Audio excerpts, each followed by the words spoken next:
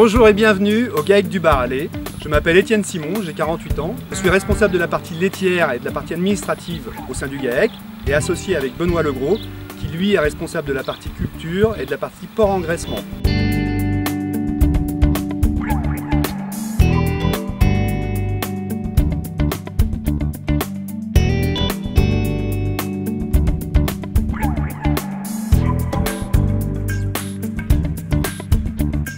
Ce qui a guidé les investissements et les choix sur l'exploitation depuis de nombreuses années, c'était le fait de pouvoir s'accorder régulièrement du temps personnel pour chacun, avoir des moments de pause pour pouvoir faire des activités extérieures, partir en week-end, avoir du temps avec sa famille.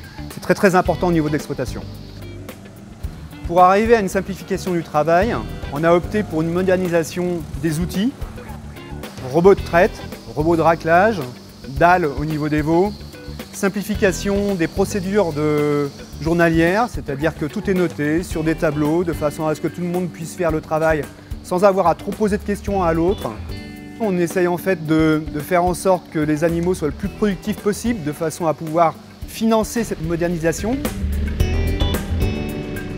La ration alimentaire est basée sur 3 critères importants, la simplicité, l'efficacité et la régularité. La ration alimentaire est composée essentiellement de maïs en silage et d'ensilage d'herbe qui est distribué toute l'année.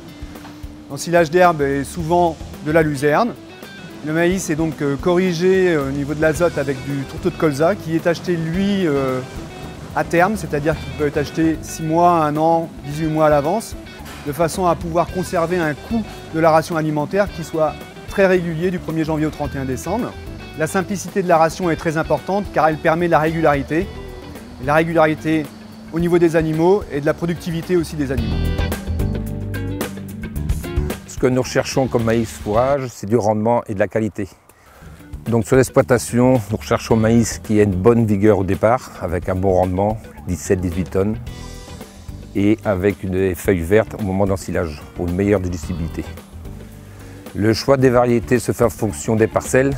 Donc les indices passent de 240 à 270 suivant l'exposition et le type de sol pour avoir une maturité à peu près équivalente au moment d'ensilage.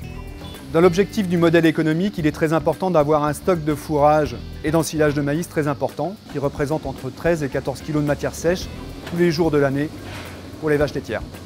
En 2017, nous avons mis en place 17 hectares de maïs PowerCell. Il est resté très appétant au niveau du silo et très vert. C'est le seul maïs qui est distribué aujourd'hui au niveau de la ration et les résultats sont conformes à ce que l'on attendait.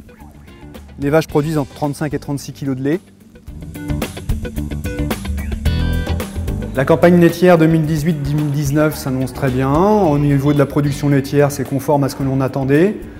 Les stocks de maïs vont être assez importants pour finir la campagne et réentamer la prochaine avec peut-être un mois et demi de stock supplémentaire.